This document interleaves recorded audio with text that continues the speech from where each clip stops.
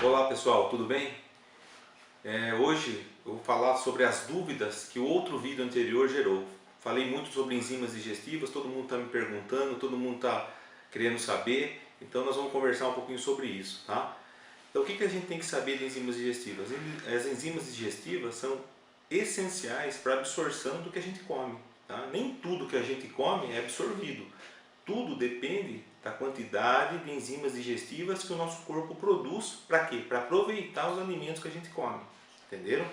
Então o que acontece? A proteína, principalmente a proteína, tanto animal como vegetal, ela necessita de ácido clorídrico, tá? Ácido gástrico, para que derreta a proteína, para que ela possa ser absorvida na forma de aminoácidos.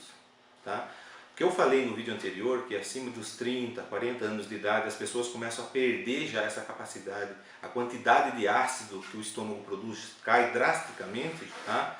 E vai piorando com o passar dos anos, tá? Isso impede com que você aproveite a proteína que você come. Juliana, mas o que eu sinto fazendo isso? Existem muitos sintomas que a pessoa pode apresentar, né? Principalmente na parte digestiva. Então a pessoa tem muito arroto, eructação, fica voltando aquela comida, tá? Tem muito gases na barriga, estufa a barriga, as fezes saem com um odor muito fétido. Então a pessoa, estou com muito gases, queixa de um monte de doença, um monte de queixas, tem que fazer exames, claro que você tem que fazer exame, tem que fazer endoscopia, às vezes tem que fazer colonoscopia, para você descartar algum outro tipo de doença que esteja por trás disso. Mas a maioria dos casos, com certeza, eu falo na minha prática, é a deficiência de enzima digestiva. Então, o que eu tenho que dar para o meu paciente?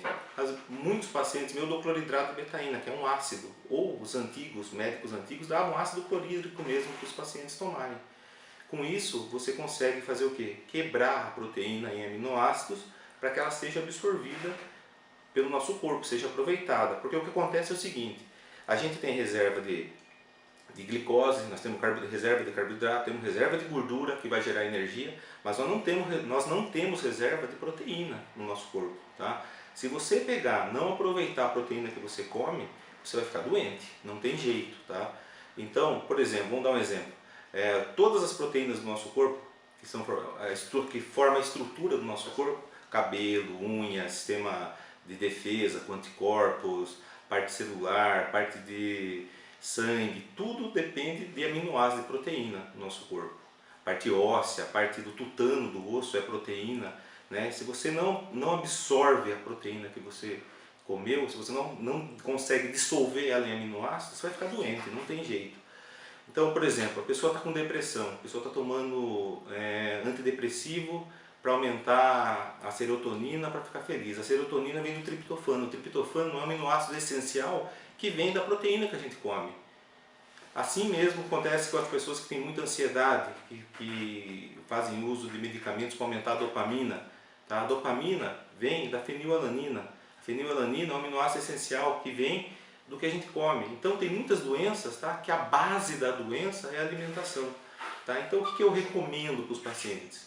Eu recomendo todos a usarem, acima dos 35 anos de idade, se tiver queixa clínica, a usarem cloridrato de betaína para dissolver a proteína que você comeu, ajudar você a quebrar essa proteína em aminoácidos, entenderam? Juliano, mas eu faço uso do omeprazol, que foi a grande dúvida.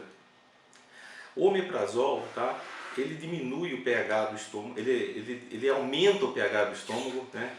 Ele não deixa o estômago ficar ácido, com isso ele vai prejudicar mais a sua digestão ainda. Tá? Mas eu não consigo ficar sem omeprazol. Vai devagar tirando o omeprazol aos poucos e, por enquanto, vai usando as enzimas digestivas durante as refeições. Se você usar a enzima digestiva fora das refeições, ela vai machucar o seu estômago. Tá? Então o cloridrato de betaína tem que ser usado no meio da refeição.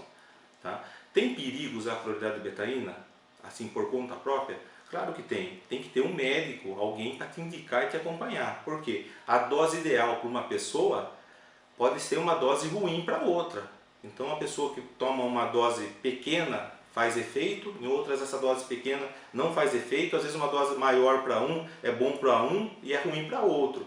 Pode causar dor epigástrica, pode causar problemas, tá? Tem que ter alguém, algum médico por trás para te ajudar, caso você venha sentir algum problema, alguma intercorrência, alguém possa te dar suporte para isso. Então assim, é muito importante, tá pessoal? Muito importante a gente ter uma boa digestão de proteína. Muito importante. Em relação aos carboidratos, os carboidratos precisa ter uma digestão de carboidrato também, que causa muito gases, desconforto abdominal, fezes explosivas, tá? Então é importante também usar um pouquinho de amilase. Eu gosto muito da amilase, gosto da lipase para ajudar na digestão de gorduras. Também passo alguns sais biliares para os pacientes tomarem, principalmente aqueles pacientes que foram operados de vesícula, para melhorar a absorção junto com a lipase dos alimentos gordurosos, tá? Basicamente é isso, tá? Eu acho que gerou muita polêmica, eu acho que não é bom, continuo afirmando, não pode ser usado indiscriminadamente o uso de bloqueador de bomba de prótons, omeprazol, pantoprazol, que é comprado livremente aí no mercado, assim como não pode usar vários medicamentos por causa de vários efeitos colaterais que tem, tudo tem que ter indicação médica. As enzimas digestivas é um diferencial muito grande, as pessoas que têm usado enzimas digestivas com frequência, principalmente associado a cloridrato e betaína, tá? A melhora clínica é importantíssima, pessoal, é assim absurda. No idoso, principalmente, a principal causa de anemia no idoso é hipocloridria, falta de ácido, tá? Ele não consegue absorver adequadamente aminoácido e não consegue quebrar o ferro que come dos alimentos. Então tem deficiência de ferro, tem anemia por ferro, tem anemia por vitamina B12, começa a consumir proteína, a proteína do próprio corpo precisa ser consumida porque ele não consegue absorver o que ele come. Então você vê os velhinhos ficando tudo com musculatura fraca. Por quê? Por deficiência de ácido, deficiência de enzimas digestivas. Então é isso que eu queria falar para vocês hoje, é um vídeo mais rápido e queria agradecer a todos pelos compartilhamentos, pelos elogios, pelas críticas e um grande abraço para vocês, até o próximo vídeo.